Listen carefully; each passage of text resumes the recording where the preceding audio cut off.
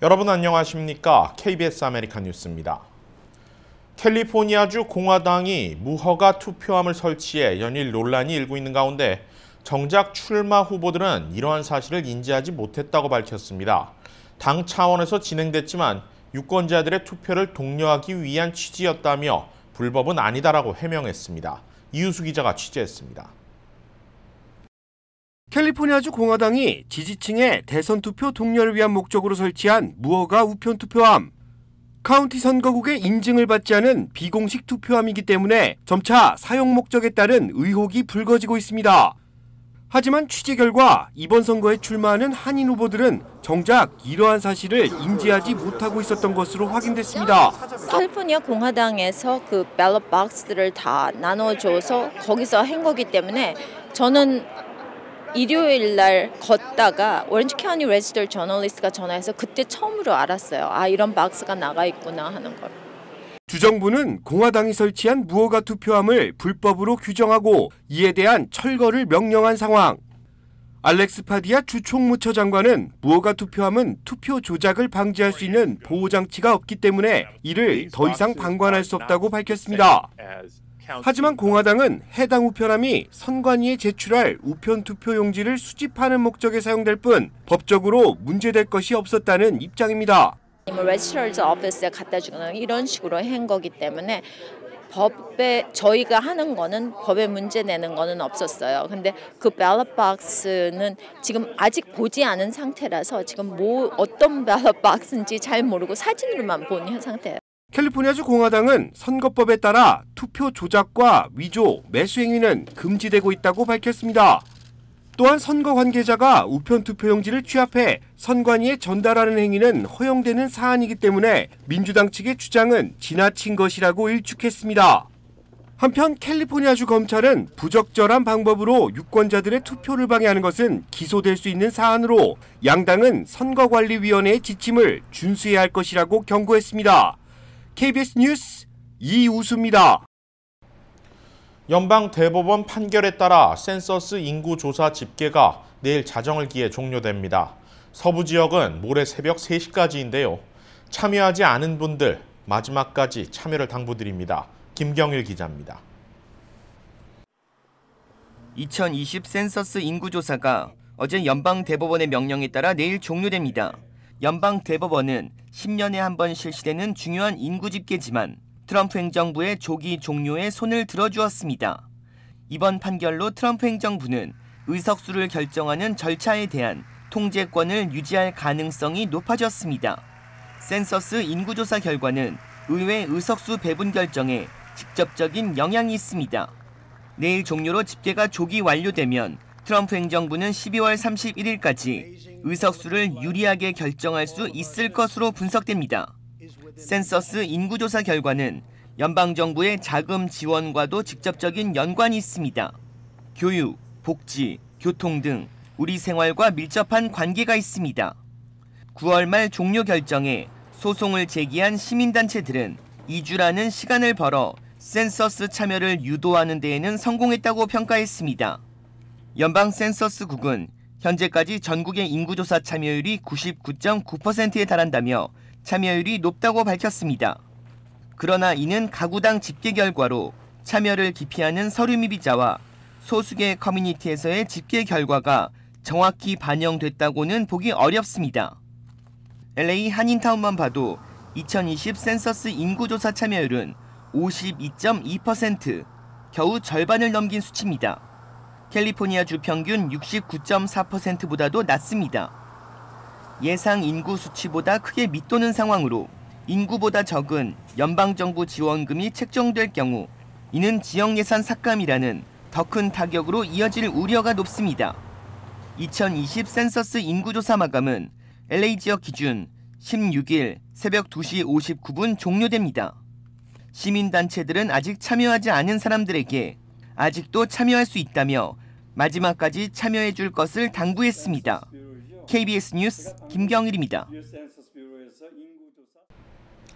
세 자릿수를 유지하던 LA 카운티 1일 확진자 수가 오늘 껑충 뛰어올랐습니다. 등급 완화에 따른 경제 재개 기대가 커지는 상황에서 보건국은 다소 우려되긴 하지만 아직까지는 추이를 더 지켜봐야 한다는 입장입니다. 이채은 기자가 보도합니다. 오늘 LA 카운티 보건국이 발표한 1일 확진자 수는 1,349명. 어제 1일 확진자 수인 790명에 비해 2배 가까이 높은 수치입니다. 사망자 수도 22명으로 어제보다 4명이 늘었습니다.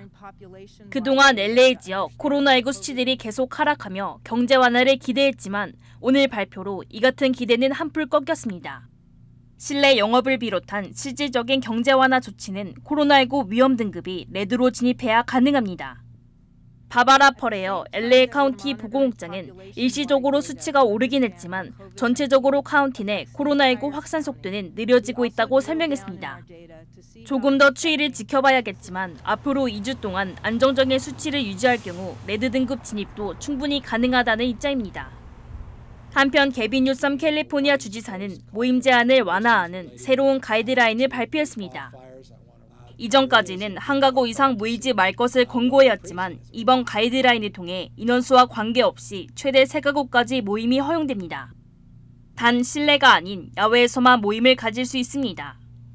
또 마스크 착용과 사회적 거리 두기 등 보건 지침을 준수해야 하며 모임 시간은 2시간 내로 제한됩니다. 이와 관련해 뉴섬 주지사는 모임을 장려하는 것이 아닌 모임을 가졌을 때 필요한 지침들을 제공한 것이라고 강조했습니다. 아직 코로나19 재확산을 막기 위해 주민들의 자제와 협조가 필요한 상황이지만 연말 연시를 맞아 모임 증가가 불가피할 것이라는 판단에 따른 것입니다. KBS 뉴스 이채은입니다. 스티븐 무누신 연방 재무장관이 추가 경기 부양안이 올해 대선 이전에 통과되기 어려울 것으로 생각한다고 말했습니다. 부양안 총액 규모나 시기 면에서 그동안 공화당이 법안 통과에 미온적이라는 비판을 받아왔는데 조금씩 그 비난의 화살이 민주당 쪽으로 이동하는 모습입니다. 밀켄 인스티튜트 주최로 열린 글로벌 컨퍼런스에 참가한 무누신 재무장관은 부양안 합의를 놓고 현재 양당 간 지속적인 논의가 이뤄지고는 있지만 아직 특정 부분에 대해서는 상당한 의견차가 있다고 토로했습니다. 그러면서 현재의 논의 단계 수준에서는 올해 대선 이전에 부양안 합의가 이뤄지기 어려울 것이라고 밝혔습니다. I'd say at this point, getting something done before the election and executing on that would be difficult just given where we are in the level of details, but we're going to try to continue to work through these issues. 무누신 장관은 지난 1차 경기 부양안 당시에 집행을 하고 남은 3천억 달러가 당장 집행될 수 있는 상황이라고 덧붙였습니다. 이미 접점을 찾은 부분에 대한 선별적 합의와 자금 지원이 필요한데 민주당이 이를 막고 있다면서 비판했습니다. I don't agree with the speaker's approach of we have to do all or nothing. We're continuing to negotiate a comprehensive bill, but we want to put money into the economy now. 앞서 트럼프 대통령이 1조 8천억 달러까지 규모를 늘리는 제안을 했지만 민주당은 꿈쩍도 않는 상황. 이에 조금씩 부양안 지연에 대한 책임이 민주당에 있다는 비판론이 나오고 있습니다. CNN 간판 앵커가 낸시 펠로시 하원 의장과의 인터뷰에서 법안 처리에 미온적이라며 강하게 몰아붙이는 한편 야후 뉴스 역시 우리의 목숨을 갖고 장난치지 말라는 공격적인 제목으로 낸시 펠로시 하원 의장을 질타했습니다. 앞서 민주당은 3조 4천억 달러 규모에서 후퇴한 2조 2천억 달러의 이른바 히어로스 2.0 법안을 통과시켰고 현재 트럼프 행정부가 제안한 1조 8천억 달러 규모 부양안과의 차이는 4천억 달러까지 좁혀졌습니다. 하지만 민주당은 트럼프 행정부가 추가 제안한 3천억 달러는 어디까지나 1차 경기 부양안을 집행하고 남은 금액인 만큼 트럼프 행정부가 추가 제안을 한 것이 아니라고 주장하고 있습니다. 코로나 대유행 이후 중단됐던 LA시의 길거리 무단주차와 미터기 단속이 내일부터 다시 재개됩니다. LA시 교통국은 최근 들어 시내 교통량이 코로나 팬데믹 이전 수준까지 다시 늘어나면서 한동안 중단했던 길거리 단속을 다시 재개할 것을 LA시 의회에 요청했고 시의회가 이를 받아들였습니다. 단속은 월요일부터 금요일 사이 청소 시간대 인도 갓길 주차 위반과 미터기 시간 초과, 일정 시간 이상 장시간 주차 등입니다.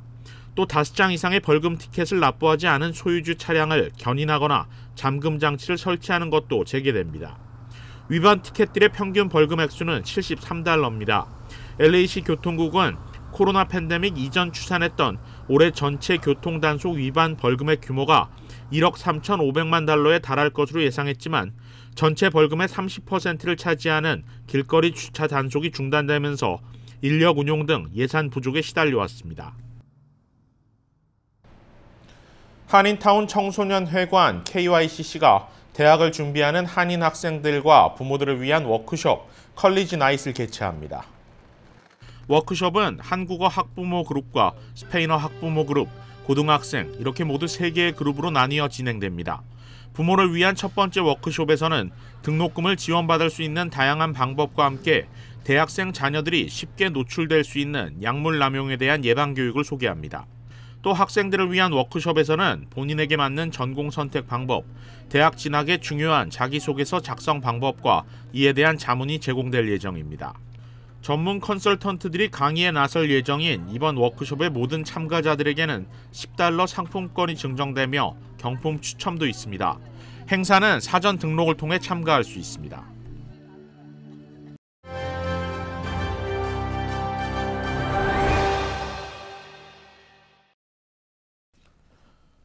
오는 11월 3일 대선에는 대통령뿐만 아니라 연방 상하원 그리고 각 지역의 선출직 공무원들도 투표를 통해 유권자들의 선택을 기다립니다. 특히 우리들의 삶에 직접적인 영향을 미치는 지역 선거에 대한 관심은 대선만큼이나 중요한데요. 대선 기획 참여 2020, 오늘은 LA 한인타운이 포함되어 있는 10지구 LA 시의원직에 출마하고 있는 그레이스 유 후보를 스튜디오에 모셨습니다. 안녕하세요. 어서 나오십시오. 네, 안녕하세요. 예, 오랜만에 만나뵙습니다. 네. 예.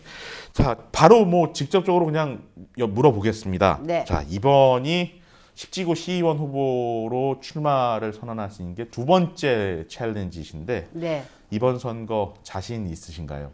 이번엔 자신이 있습니다. 네.